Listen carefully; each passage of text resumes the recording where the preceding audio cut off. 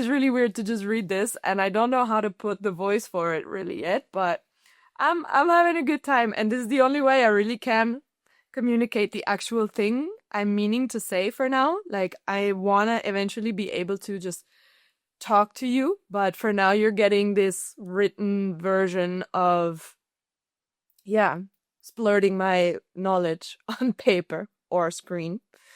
Let's keep going.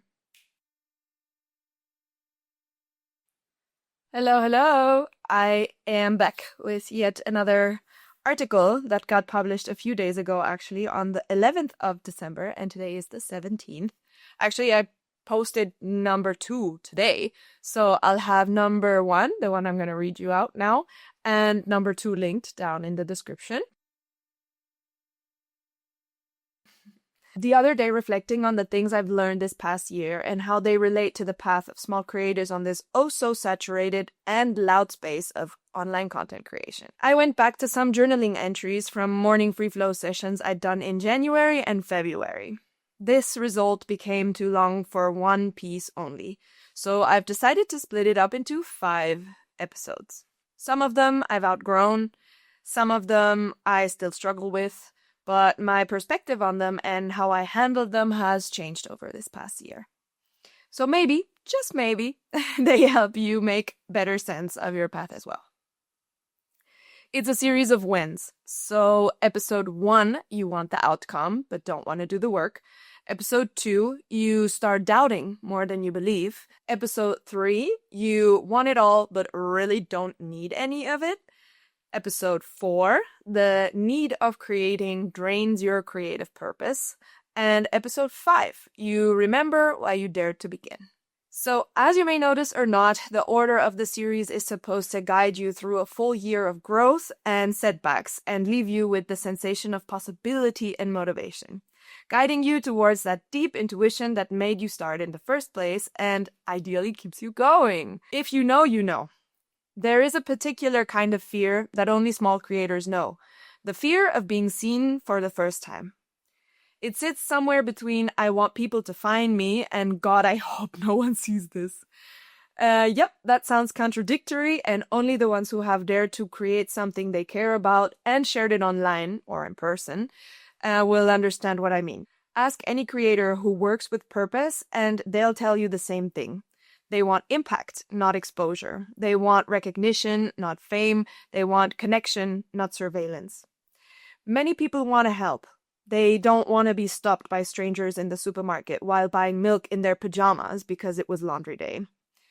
And yet, this self-inflicted, chosen path asks for visibility, which is initially inconvenient because visibility asks for courage you may not have cultivated yet.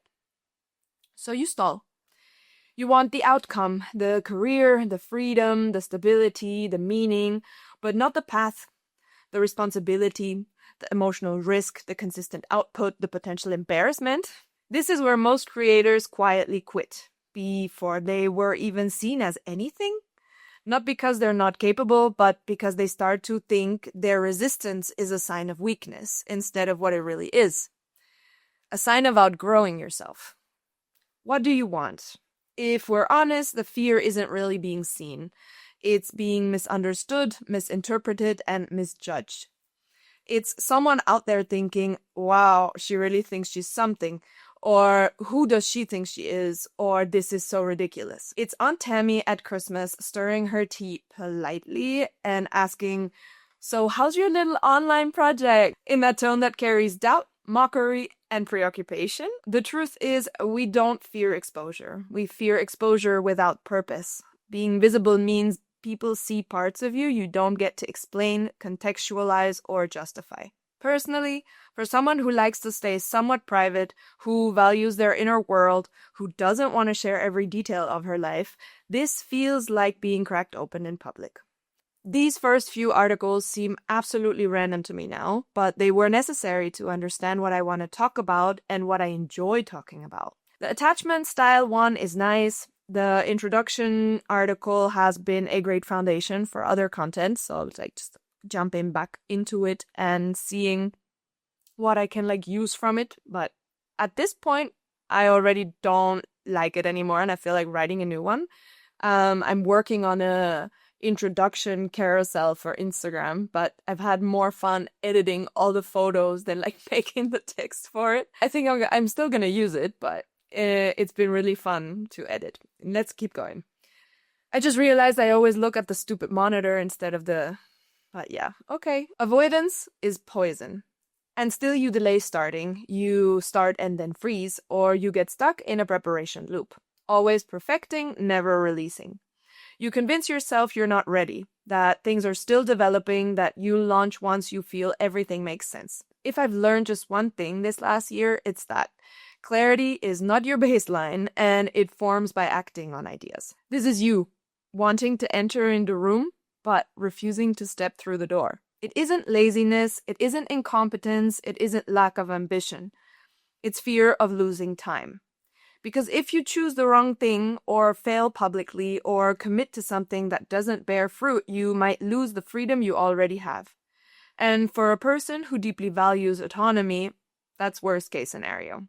Nobody dies, life goes on, but it still feels like a threat. My Instagram feed from January looks terrible to me right now, but I wouldn't have evolved the thumbnails to the ones from today if I didn't make this gunk of a cover back then. And next year, I'll probably rant about today's feed too. Building alone.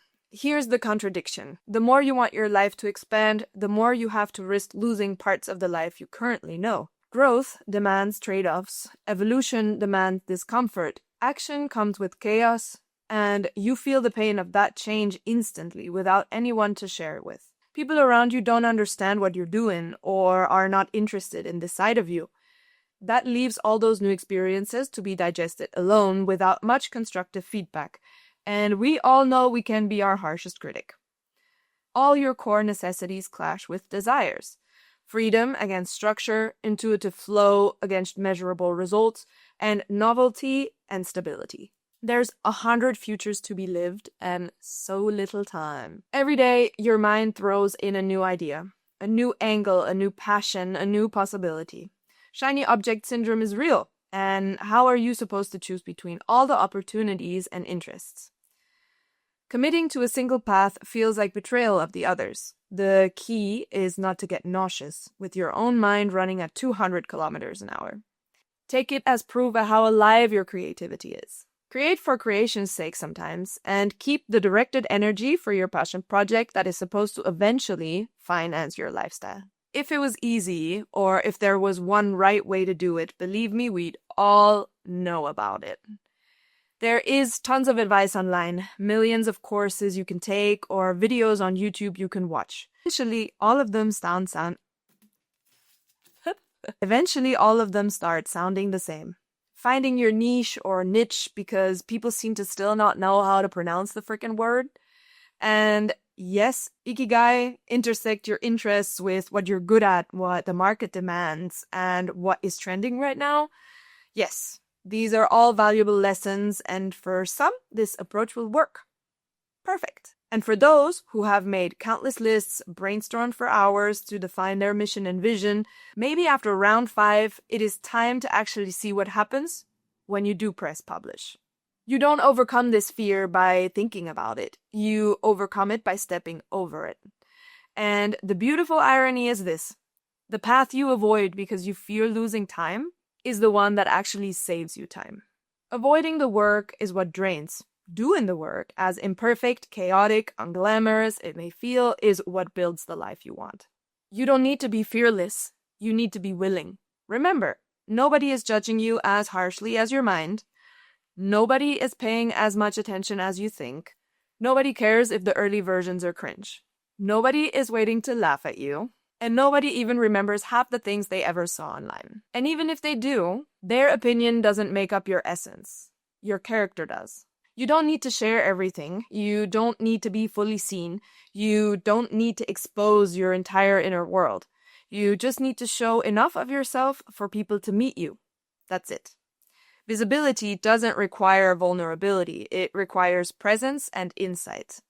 That presence grows through practice, which actually is repetition. You don't lose yourself by being seen. You lose opportunities by hiding.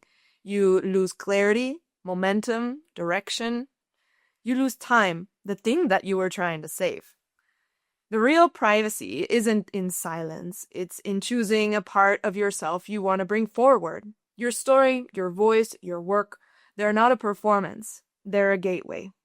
A way for others to recognize themselves, a way for you to build the life you want, a way to transform fear into movement.